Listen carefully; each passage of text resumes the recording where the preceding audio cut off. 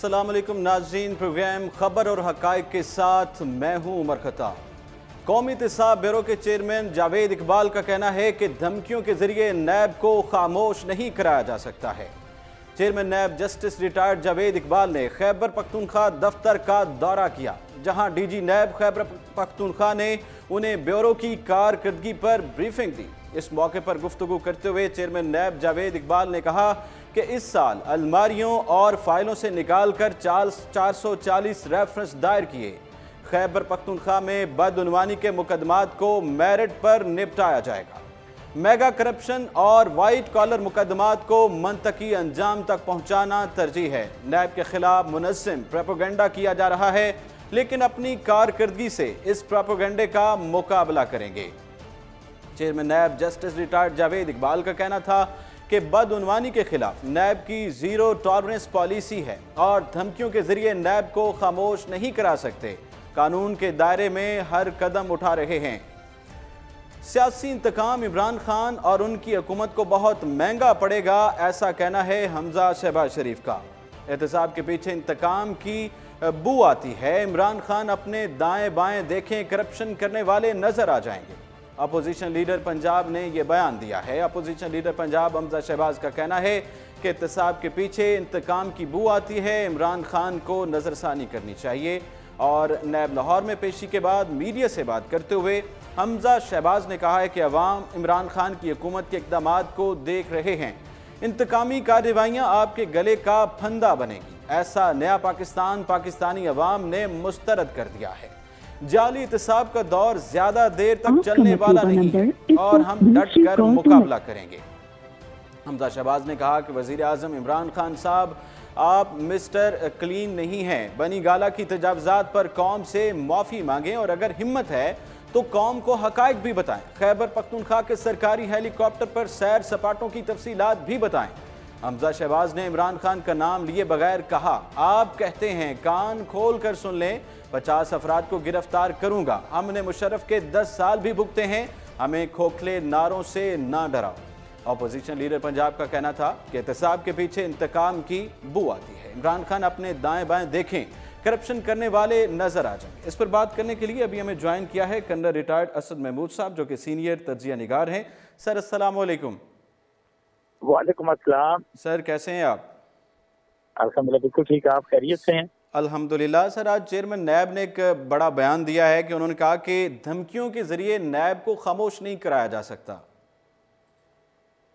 बिल्कुल ठीक है, मेरा ख्याल है उनको बयान अब नहीं, बहुत पहले ही दे देना चाहिए था। और एक मैं ये जरूर कहूँगा जी जी कि जो आप कह सकते हैं कि जो करप्ट लोग हैं, करप्ट पॉलिटिकल पार्टीज के कुछ लोग हैं और वो जो बेनिफिशरीज हैं इस करप्ट सिस्टम का, इस माफिया का जो हिस्सा है, certainly उनको तो ऐसी चीजें बिल्कुल अच्छी नहीं लगती ना कि कोई उनसे पूछे आपके पास ये इतनी रकम कहाँ से आई, कारोबार के लिए पैसे किधर से आए, आपने सारा कुछ कैसे किया। और सर जिसको कहते हैं कि जितने भी माफियाज हैं या जितने भी वो लोग हैं कि जो इस तरीके की करप्शन करते रहे, दे हैव गैंग इकट्ठे हो गए हैं और इकट्ठे होके फिर वो एक ही है जी कि नहीं वो हमारे खिलाफ जो है वो तो बेसिकली हुकूमत जो है वो विक्टिमाइजेशन कर रही है, हमें निशाना बना रही है, हमें टारगेट कर रही है। बिल्कुल निशाना बनाना चाहिए। ये हुकूमत तो कुछ कर ही नहीं, बल्कि मैं तो बड़ा हैरान होता हूँ कि ये इतने बड़े बड़े दावे करके ले आए थे, हम ये कर देंगे वो कर देंगे, और जब उनसे अखबार नवीस पूछते हैं, मीडिया पूछता है जी आप ये बताइए कि आपने अभी तक किया क्या, तो उन्होंने कहा नहीं हमने तो किसी तस्वीर को पकड़ा ही नहीं है, वो तो सारे वो मुकदमे हैं जो कि पिछले बने हुए उसी के ऊपर उनका सारा ये सिलसिला चल रहा है। तो मेरे लिए कुछ बड़ी हैरानी की बात होती है कि भाई हम एक्सपेक्ट ये करते थे कि ये हुकूमत जो है वो आगे बढ़ के इन जितने भी ये जिन्होंने इस मुल्क को लूटा, मुल्क की दौलत को लूटा, वसाइल को इस्तेमाल किया और लोगों को नुकसान पहुंचाया, मुल्क को नुकसान पहुंचाया, और ये जो मुआशी टेररिस्ट हैं, मतलब ये इनका काम था कि इनको पकड़ते, इनको अंदर बंद करते, इनसे जो कुछ इन्होंने लूटा है पाकिस्तान से वो सारे के सारा इनसे वसूल करते। ऐसा तो हमें सर आज हमजा शहबाज शरीफ ने मीडिया से बात की है, उन्होंने कहा कि ये जाली एहतसाब है और किसी भी फैसले में करप्शन का सबूत नहीं मिला है। और उन्होंने कहा कि पेशावर जो मेट्रो मंसूबा है वो 1 खरब का है, 1 खरब तक पहुंच चुका है, तो उसकी इंक्वायरी क्यों नहीं करते हैं? अच्छा, इसकी इंक्वायरी तो ऑलरेडी नया वाले कर रहे हैं, उसमें तो शक वाली बात ही कोई नहीं है ना। और वो कभी भी, मैं समझता हूँ कि जो सिटिंग गवर्नमेंट है, एक मेरा ख्याल है उनके बड़ा एक पॉजिटिव पॉइंट है कि वो किसी सूरत के अंदर भी जब जब उनसे कुछ पूछा गया उन्होंने किसी चीज से इनकार नहीं किया। उन्होंने कहा कि जो कोई बुलाता है वो चला जाता है, चाहे वो उनका वजीर हो, वजीर आला हो, तो उनकी पार्टी के शख्स हो या फॉर दैट मैटर कोई डिपार्टमेंट हो, सर किसी चीज इसी के वाले बारे से में चेयरमैन नैब साहब ने आज पेशावर दौरा भी किया है। वहाँ पे जो उनका ब्यूरो है, ऑफिस है, वहाँ उन्होंने कारकर्दगी के मुतालिक भी जायजा लिया है और उन्होंने कहा है कि KPK में मेरिट पर जो है ना मुकदमात निपटाए जाएंगे। बिल्कुल ऐसा ही है। और मैं ये समझता हूँ कि इस वक्त जो सबसे बड़ी जिम्मेदारी चेयरमैन नैब की है, वो जो एक बात लोग कहते हैं कि जी वो एक या दो फैमिलीज है जिनके खिलाफ ही सारा नैब एक्टिवेट है और बाकी जो लोग इक़्तिदार के अंदर हैं उनको कोई पूछ नहीं रहा, तो मैं समझता हूँ अक्रॉस दी बोर्ड अकाउंटेबिलिटी को सर्टली ये इंश्योर करना पड़ेगा एहतसाब नैब को, नेशनल अकाउंटेबिलिटी ब्यूरो को। अच्छा, उसी के साथ जब हम कहते हैं कि इसको अक्रॉस दी बोर्ड करें, तो उसी के साथ मैं ये काफी कहूंगा कि हल्कों में सर ये बहस चली थी कि ये सिर्फ जो है ना अपोजिशन को टारगेट किया जा रहा है, हुकूमत पर हाथ नहीं डाला जा रहा, हुकूमत में जो लोग हैं जिन पर केसेस हैं उन पर जो है उनका एहतसाब नहीं किया जा रहा। ये बात काफी गर्दिश कर रही थी। नहीं, वो अपोजिशन के लोग इसके ज्यादा, या वो लोग जिनको खौफ है कि अच्छा वो भी इसी पकड़ में आएंगे, इसी तरीके से पकड़े जाएंगे, वो उनको परेशानी ज्यादा है। Certainly they do like that, they say like this. लेकिन हकीकत में मैं आपको बताऊं, हाँ ये जरूर, इसीलिए मैंने आपसे बात की ना कि अगर ऐसा कोई तासुर उभर भी रहा है और आप ये समझते हैं, नैब समझता है कि नहीं इस तरह की कोई बात हो रही है, तो अपने दामन को वो क्लियर करें। हुकूमत को भी बिल्कुल, उनके जितने लोग हैं, बाबर अवान की एक मिसाल सामने है, रेफरेंस आया, वो एक यहाँ से ओहदे से हट के। तो मैं ये समझता हूँ कि ये अब चेयरमैन नैब की जिम्मेदारी आती है। चेयरमैन नैब का या नैब के इदारे का उस तरीके से हुकूमत के साथ कोई ताल्लुक वास्ता, कोई कुछ नहीं आता, और वो बिल्कुल आजादाना तरीके पे जिस तरीके से उनको काम करना चाहिए उसी तरीके से ही उनको चलना चाहिए। ना वो हुकूमत के ताबे हैं, ना हुकूमत को जवाब दे हैं, ना किसी और इदारे को जवाब दे हैं। सो मच सो अब ये कह सकते हैं कि जो सुप्रीम जुडिशियल काउंसिल है, इवन वो वहां तक अगर बात जाती है तो वो चेयरमैन नैब को बुला सकते हैं, तलब कर सकते हैं, उनसे पूछगिछ कर सकते हैं।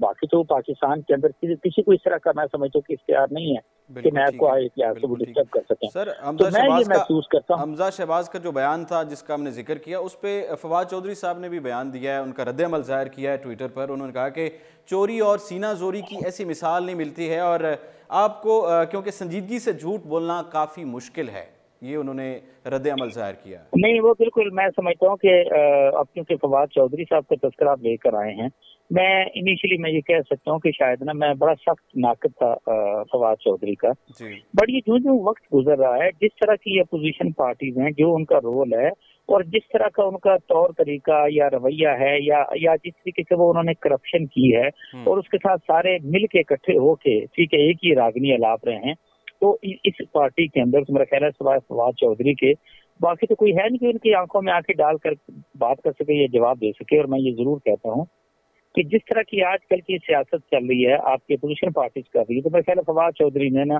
टिट फॉर टैट के हिसाब से बिल्कुल वो ठीक बयान दे रहे हैं और यही बयान ये लोग डिजर्व करते हैं। और एक मैं बताऊं, जिस किसी ने भी पाकिस्तान का माल लूटा, पाकिस्तान की दौलत लूटी, मनी लॉन्ड्रिंग की, पाकिस्तान को नुकसान पहुंचाया, मुझे किसी तरह की उससे किसी से भी कोई हमदर्दी नहीं है। और हकीकत में मैं आपको बताऊं, वो तमाम लोग जिन्होंने मनी लॉन्ड्रिंग स्पेशली की है, उनको कोई जरूरत नहीं आप कहेंगे कि नहीं हम उसको जो है वो लाहौर की जेल में रखें, कराची रखें, आर आप पिंडी की जेल में रखें, उनको मच जेल के अंदर कन्वर्ट करें, वहां पर भेजें इन लोगों को। इनको समझ आए कि हाँ पाकिस्तान को जो नुकसान पहुंचाता है उसके साथ ये होता क्या है। मैं समझता हूँ कि अब वो वक्त आ गया है जहाँ पे इन सारे इकदाम को बड़ा सीरियस लेना होगा, सीरियस इकदाम करने होंगे और हुकूमत को भी ना माजरत खाना रवैया, डिफेंसिव ये एक स्ट्रैटेजी उनकी नजर आती है, एक डिफेंसिव जो रवैया नजर आता है उनकी स्टेटमेंट्स के अंदर, उससे हटना होगा। भाई एक बड़ी सिंपल बात है, अभी आप देखें GIT की रिपोर्ट आई, एक चीज उसके अंदर क्लियर है। ये ऐसा तो नहीं है ना कि वो पनामा पेपर केस के वो पेपर्स हैं, अच्छा जी वहां से डॉक्यूमेंट्स आते हैं, नहीं आते, वो पनामा में पड़े हुए हैं, वो लंदन के अंदर पड़े हुए हैं, वो दुबई के अंदर पड़े हैं, अच्छा जी उनसे कैसे राब्ता करके लेकर आएंगे। ये तो तमाम वो केसेस हैं आसिफ जरदारी की, उसकी पार्टी की, उसकी बहन के हैं, कि वो तो सारे के सारे वो जो पाकिस्तान के अंदर है, पाकिस्तान के बैंक हैं, सारे के सारे लोग आपने पकड़े हुए हैं। अब हर वक्त क्यों why should be look towards supreme court? हुई हुकूमत की जिम्मेदारी क्या आती है? इन सबको पकड़ के उठा के अंदर बंद करें और उनसे जो उन्होंने पाकिस्तान से माल लूटा है वो उनसे वापस करें। देखिए हमारी कितनी बदकिस्मती की बात है भट्टू साहब कि वो तमाम लोग, ये मैं नवाज शरीफ की बात करता हूँ और स्पेशली जरदारी की मैं बात करता हूँ, कि इन लोगों को हमने वोट दिया, ठीक है, हमने अपना मुल्क इनके हवाले किया कि मुल्क हमारे बिहाफ पे चलाइए, ठीक है, ये मुल्क आपकी अमानत है, इक़्तिदार आपकी अमानत है, और इस इक़्तिदार का देखिए आप उन्होंने किस तरह से इस्तेमाल किया, मतलब अवाम के इत्मीनान का गलत फायदा उठाया गया। सर शायद खकान अब्बासी को क़यादत की बागडोर संभालने की तैयारियां मुकम्मल कर ली गई हैं, और जैसे कि आपको पता है कि शहबाज शरीफ और नवाज शरीफ जेल में हैं उनकी गैर मौजूदगी में, तो इस पर आप क्या कहेंगे? मैं तो मेरा ख्याल है एक दो स्टेज आगे जाके बात करना चाहूंगा। मेरा ख्याल है हमारे नून लीग थोड़ी है ना, पाकिस्तान मुस्लिम लीग पाकिस्तान की पार्टी, पीपल्स पार्टी पाकिस्तान की पार्टी है, पीटीआई और बाकी पॉलिटिकल पार्टीज भी।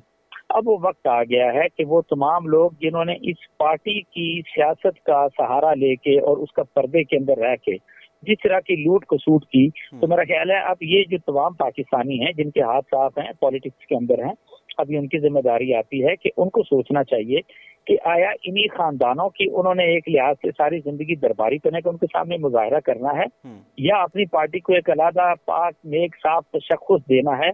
और मैं ये समझता हूँ कि जब तक पीपल्स पार्टी जरदारी के साए के नीचे है, फरियाद तालपुर के साए के नीचे है, और जब तक ये पार्टी जो है ये नवाज शरीफ और शहबाज शरीफ, हमजा और मरियम के साए के नीचे है, ये इस पार्टी के अंदर किसी तरह की कोई बेहतरी नहीं आ सकती। पार्टी के जो कुछ अरकान हैं उन्होंने ये शहबाज शरीफ को पैगाम भी भेजा था कि मरियम नवाज से हमें तहफ़्फ़ुज़ात हैं, और इसीलिए उन्होंने शायद खकान अब्बासी साहब के हवाले से उन्होंने हिमायत की है। देखिए पहली बात तो ये आ जाती है, पाकिस्तान जो है ना, ये कोई सल्तनत तो नहीं चल रही, बादशाह तो नहीं चल रही ना, और हर पार्टी के अंदर मेरा ख्याल है स्वाय पीटीआई के बाकी तो आपको बादशाह नजर आती है कि जी वो पीपल्स पार्टी थी तो उसके अंदर भुट्टो साहब थे, भुट्टो के बाद उनकी बेटी आ गई, बेटी के बाद उनका नवासा आ गया, बीच में उनका दामाद आ गया। आप इमेजिन करें ना, हम पाकिस्तान और भी बहुत सारे ऐसे अरकान हैं पार्टी के जो वो उस चीज़ की वो रखते हैं, काबिलियत भी है उनमें, एक्सपीरियंस भी है, उनको आगे आना चाहिए। नहीं आगे चलिए ना आप, अगर हम नून लीग की बात करें तो नून लीग के अंदर आपको पता है ये तीसरी नस्ल को तैयार कर रहे थे, यानी आप मरियम सफदर को तो छोड़े ना, मरियम सफदर तो अपने लड़के को तैयार कर रही थी, ठीक है, कि जी वो उसको भी मतलब आदाब सिखाए जा रहे थे, ऐसा लगता था कि ये सारा शाही खानदान हो। और लेट मी टेल यू, ये इतने छोटे लोग हैं और उनके बारे में ये कहना कि ये शाही लोग हैं, बाय गॉड शाही जो है ना वो ओहदा, उसकी भी ये शाही जो लफ्ज है उसकी भी ये तौहीन है। ये बड़े सब स्टैंडर्ड लोग हैं जिनको मैं कहता हूँ कि इनका पेट नहीं दोज़ख लगा हुआ इनके साथ, वो कभी भरता नहीं है भट्टू साहब। ये सबसे बड़ा अलमिया है इस पाकिस्तान का। ये हमारे पाकिस्तान को 25 साल ये लोग पीछे लेके चले गए हैं। हकीकत में मैं आपको बताऊं 1985 से लेके जब से ये करप्शन का एक दौरा शुरू हुआ पाकिस्तान के अंदर, और ये शुरू की है मैं कहूंगा कि नवाज शरीफ ने when he was chief minister, उससे पहले he was फाइनेंस मिनिस्टर 1981 से, और फिर 88 से लेके 99 तक ये दोनों पार्टियों ने जो 4 अदवार जिस तरीके से गुजारे, जो जिस तरीके से उन्होंने पाकिस्तान के लूट खसूट किया, इट वॉज दैट टाइम कि जब लोगों को पता ही नहीं चलता था, मीडिया था नहीं, लोगों तक उस तरह की खबरें पहुंचती नहीं थी, कुछ अखबारों से पहुंचती थी, लोगों को पता नहीं चलता था। अब 2008 से लेके 18-19 तक अब जो मीडिया सामने आया, अब तो कोई चीज छुपती है कोई नहीं ना, जो आप काम करते हैं सारी दुनिया के सामने आता है, इनके करतूत, इनके लक्षण, इनकी करप्शन, ये सारी की सारी तो खुल के सामने आ गई। No people have come to know कि ये अंदर से किस तरह के लोग हैं। सर बहुत शुक्रिया, आपने उर्दू पॉइंट को वक्त दिया। आप हमारे साथ मौजूद थे कर्नल रिटायर्ड असद महबूब साहब, जो कि सीनियर तजिया निगार हैं। उन्होंने अपना तजिया पेश किया और उन्होंने कहा कि इन्होंने पैसा लूटा है, जिन्होंने पाकिस्तान को नुकसान पहुंचाया है, पाकिस्तान के अवाम के एतमाद को ठेस पहुंचाई है, उनको ज़रूर सज़ा मिलनी चाहिए। और हमज़ा शहबाज की हम बात कर रहे थे। हमज़ा शहबाज ने कहा कि आप कौम के सामने अपनी बहन अलीमा खान के असासे और ज़राए लेकर आएँ। आपने बेदर्दी से गरीबों की झोंपड़ियाँ गिरा दी हैं। नवाज शरीफ ने अंधेरे ख़त्म किए और दहशतगर्दी ख़त्म की, किसी से भीख नहीं मांगी है। उन्होंने ऐसा बयान दिया है इमरान खान साहब को मुखातिब करते हुए। नवाज शरीफ और शहबाज शरीफ पर आज तक कोई करप्शन साबित नहीं हो सकी है, लेकिन आपकी वफाकी और सूबाई काबीना में नैब ज़्यादा लोग शामिल हैं, सबकी इंक्वायरी होनी चाहिए। अपोजिशन लीडर पंजाब का कहना था कि 24 दिसंबर के एहतसाब अदालत के फैसले में दूर दूर तक करप्शन का सबूत नहीं मिल सका, जबकि शहबाज शरीफ को साफ पानी में बुलाया जाता है, गिरफ्तार आशियाना में कर लिया जाता है और 3 महीनों में कोई सबूत नहीं मिल सका है। हमजा शहबाज ने कहा, बताना चाहता हूँ 90 अरब रुपए में पिंडी लाहौर मुल्तान मेट्रो बस के मंसूबे मुकम्मल हुए। पेशावर के BRT मंसूबे की भी इंक्वायरी होनी चाहिए। साद रफीक ने रेलवे खसारा ऑडिट रिपोर्ट का जवाब अदालत में जमा करवा दिया है। इस्लामाबाद साबिक वजीर रेलवे ख्वाजा साद रफीक ने रेलवे खसारा केस में ऑडिट रिपोर्ट का जवाब अदालत में जमा करवाया है। सुप्रीम कोर्ट लाहौर रजिस्ट्री में चीफ जस्टिस मियां साकिब निसार की सरबराही में 2 रुकनी बेंच ने रेलवे खसारे से मुतालिक अज खुद नोटिस केस की समाअत की है। समाअत के आगाज में नैब की हिरासत से साबिक वजीर रेलवे ख्वाजा साद रफीक को अदालत में पेश किया गया। साद रफीक के वकील ने अदालत में अपने दलाइल देते हुए कहा कि ऑडिट रिपोर्ट में कोई करप्शन या बेज़ाब्तगी नहीं है, जिस पर चीफ जस्टिस ने रिमार्क्स दिए कि रेलवे को नुकसान तो हुआ है। ख्वाजा साद रफीक के वकील ने अदालत को बताया कि नुकसान नहीं है बल्कि रेलवे का खसारा है जो गुज़श्ता 65 साल से चलता आ रहा है। इस दौरान ख्वाजा साद रफीक ने अदालत से कुछ बोलने की इजाज़त तलब की और ये कहा कि मुझसे पहले 5 करोड़ 80 लाख रुपए पेंशन की मद में वफाकी हुकूमत देती थी, लेकिन मेरे दौरे हुकूमत में 2 करोड़ 10 लाख रुपए रेलवे ने खुद पेंशन की मद में दिए। उन्होंने अदालत से कहा कि इतना सब कुछ करने पर शाबाश तो दें, जिस पर चीफ जस्टिस मियां साकिब निसार ने रिमार्क्स दिए कि शाबाश तब मिलेगी जब मामला हल हो जाएगा। ख्वाजा साद रफीक का कहना था कि उन्होंने रेलवे में गिरा कदर काम किया है। मुझे अफसोस है कि शेख रशीद ने सुप्रीम कोर्ट में रेलवे की कीमत के बारे में गलत बयानी से काम लिया है। अपनी बात की वजाहत देते हुए ख्वाजा साद रफीक ने बताया कि ना तो 22 करोड़ का अमेरिका पाकिस्तान आता है और ना ही 44 करोड़ में उसे खरीदा गया था। मौजूदा वजीर रेलवे दोनों मामले पर गलत बयानी कर रहे हैं। साबिक वजीर रेलवे ने अदालत में कहा कि शेख रशीद अहमद को जलन और हसद से गुरेज रखना चाहिए। अपनी गिरफ्तारी से मुतल्लिक उन्होंने कहा कि मेरे साथ नैब का रवैया ठीक है, लेकिन मुझे नैब कानून पर एतराज़ है और मेरे खिलाफ दायर किए जाने वाला ये नैब केस भी गलत है। अदालत ने इस्तफसार किया कि आपके खिलाफ आमदन से जायद असासा जात की इंक्वायरी भी शुरू की गई है और इस पर आप क्या कहते हैं, जिस पर ख्वाजा साद रफीक ने जवाब दिया कि हमारे खिलाफ पता नहीं कौन कौन सी इंक्वायरीज शुरू की गई है, हमारी बारी जो आई हुई है। और ख्वाजा साद रफीक ने अदालत में कहा कि नवाज शरीफ को जो सजा दी गई है उससे बड़ा जुल्म कोई नहीं है। इसके बाद ख्वाजा साद रफीक के वकील ने रेलवे खसारा पर ऑर्डर रिपोर्ट का जवाब जमा करा दिया। सुप्रीम कोर्ट ने ख्वाजा साद रफीक के जवाब पर ऑडिटर जनरल और वफाकी हुकूमत को जवाब जमा कराने की हिदायत करते हुए केस की समाअत मुलतवी कर दी। ये बात वाज़ेह है कि रवां बरस अप्रैल में chief justice supreme court of Pakistan Mian Saqib Nisar ने पाकिस्तान रेलवे में 60 अरब रुपए खसारे पर अज खुद नोटिस ले लिया।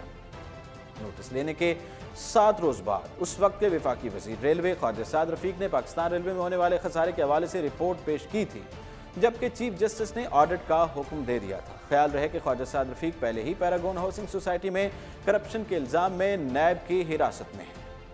अब बात करते हैं जुल्फी बुखारी के हवाले से। सुप्रीम कोर्ट ने जुल्फी बुखारी की तैनाती के खिलाफ दरख्वास्त मुस्तरद कर दी है। वज़ीर आज़म के मुआविन ख़ुसूसी बराए बैरून मुल्क मुकीम पाकिस्तानी जुल्फी बुखारी की तैनाती के खिलाफ दरख्वास्त मुस्तरद की गई है। चीफ जस्टिस मियां साकिब निसार की सरबराही में 3 रुकनी बेंच ने सुप्रीम कोर्ट लाहौर रजिस्ट्री में जुल्फी बुखारी की तैनाती के खिलाफ दरख्वास्त पर समाअत की।